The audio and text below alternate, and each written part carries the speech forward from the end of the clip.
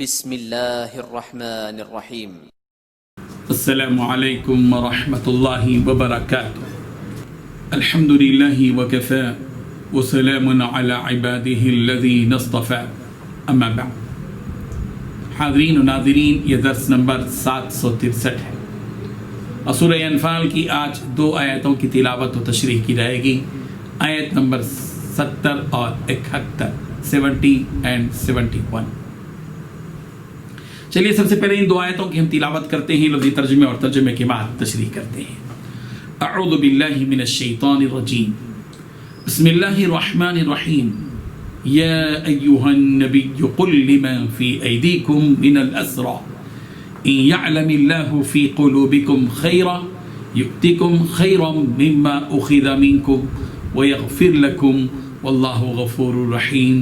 وَإِن يُرِيدُوا خِيَانَتَكَ فَقَدْ خَانُوا اللَّهَ مِن قَبْلُ فَأَمْكَنَ مِنْهُمْ وَاللَّهُ عَلِيمٌ حَكِيمٌ۔ لفظی ترجمہ یوں ہے، یا ایہا النبی، اے نبی، قل کہہ دیجئے، لمن ان سے جو فی ایدیکم تمہارے ہاتھوں میں گرفتار ہیں، من الاسرى قیدی، ان اگر یعلمی جانے گا اللہ فی قلوبکم تمہارے دلوں میں خیرن بھلائی، یؤتکم تو وہ تمہیں دے گا خیرن زیادہ بہتر، مما اس سے جو فدیے میں اخذ لیا گیا، منکم تم سے، ویغفر اور وہ بخش دے گا لکم تمہیں، واللہ اور اللہ غفور بہت بخشنے والا، رحیم نہایت رحم کرنے والا ہے۔ وَإِنْ اور اگر یریدو وہ ارادہ کریں خیانت کا آپ سے خیانت کا، فقد تو تحقیق خان اللہ وہ خیانت کر چکے ہیں اللہ سے، من قبل اس سے پہلے، فَأَمْكَنَ مِنْهُمْ تو اس اللہ نے انہیں گرفتار کروا دیا، واللہ اور اللہ علیم خوب جاننے والا، حکیم خوب حکمت والا ہے۔ ترجمہ یوں ہے، اے پیغمبر جو قیدی تمہارے ہاتھ میں گرفتار ہیں ان سے کہہ دو کہ اگر اللہ تمہارے دلوں میں نیکی معلوم کرے گا تو جو مال تم سے چھن گیا ہے اس سے بہتر تمہیں عنایت فرمائے گا اور تمہارے گناہ بھی معاف کر دے گا، اور اللہ بخشنے والا مہربان ہے۔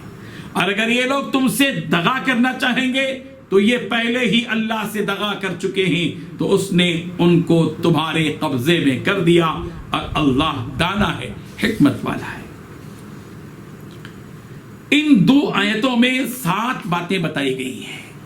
پہلی بات، اے نبی آپ لوگوں کے ہاتھ میں جو قیدی اور جنہوں نے مسلمان ہونے کا ارادہ ظاہر کیا ہے ان سے کہہ دو کہ، دوسری بات، اگر اللہ تمہارے دلوں میں بھلائی دیکھے گا تو جو مال تم سے فدیے میں لیا گیا ہے اس سے بہتر تمہیں عطا کرے گا۔ تیسری بات، اور تمہاری بخشش کر دے گا۔ چوتھی بات، اللہ بہت بخشنے والا بڑا مہربان ہے۔ پانچویں بات، اگر ان لوگوں نے تم سے خیانت کرنے کا ارادہ کیا تو یہ اس سے پہلے اللہ کے ساتھ خیانت کر چکے ہیں۔ چھٹویں بات، جس کے نتیجے میں اللہ نے انہیں تمہارے قابو میں دے دیا۔ ساتویں بات، اللہ کا علم بھی کامل ہے، حکمت بھی کامل ہے۔ بزرگان محترم، رسول رحمت صلی اللہ علیہ وسلم نے جنگ بدر میں پکڑے گئے قیدیوں سے جب فدیہ لیا تو ان قیدیوں کو یہ بات شاق گزری کہ ان سے فدیے کی رقم لی گئی۔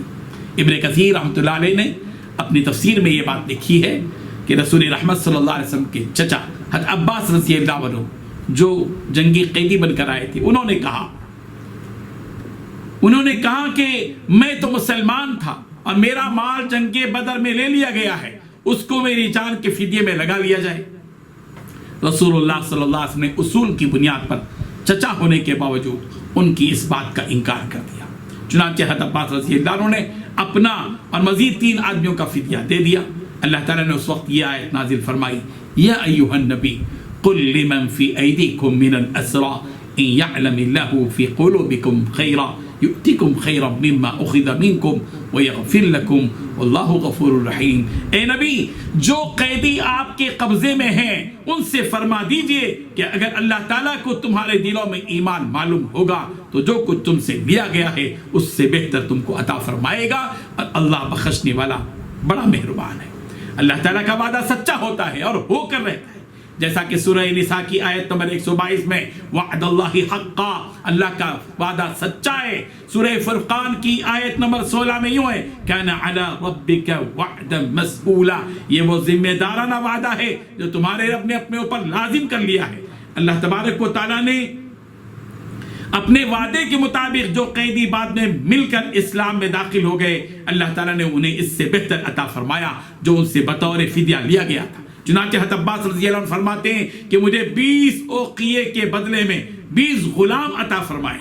یہ وعدہ صرف حضرت عباس رضی اللہ عنہ کے لیے نہیں ہے بلکہ ان تمام قیدیوں کے لیے ہے جنہوں نے بعد میں اسلام قبول کیا۔ ان کے لیے مغفرت کا بھی وعدہ کیا گیا کہ وہ یغفر لکم، اللہ تمہاری مغفرت کر دے گا۔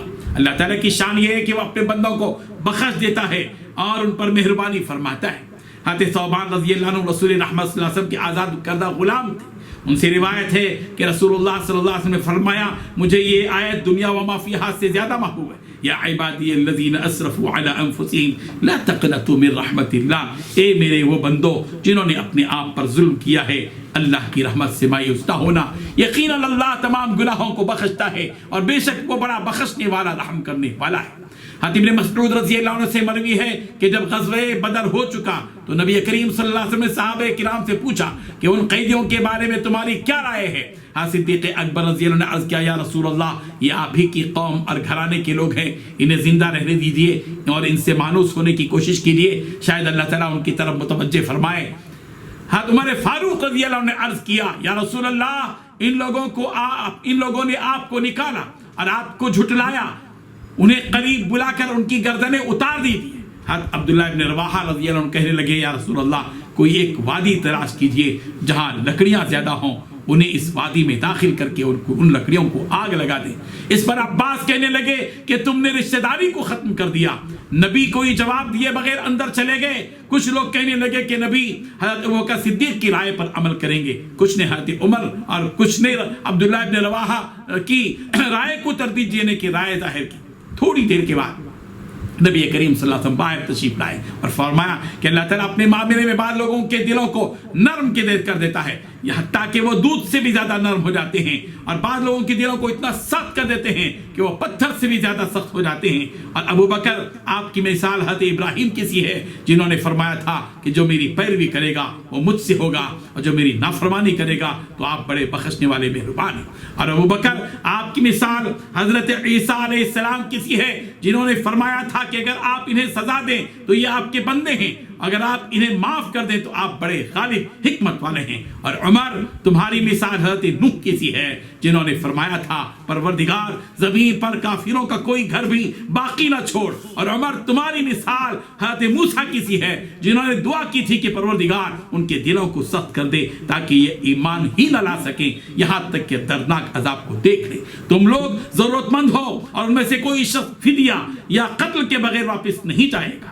حضرت ابن مسعود رضی اللہ عنہ کہتے ہیں کہ میرے منہ سے نکل گیا یا رسول اللہ سوائے سہیل بن بیضاء کے، کیونکہ میں نے انہیں اسلام کا تذکرہ کرتے ہوئے سنا ہے۔ اس پر نبی خاموش ہو گئے۔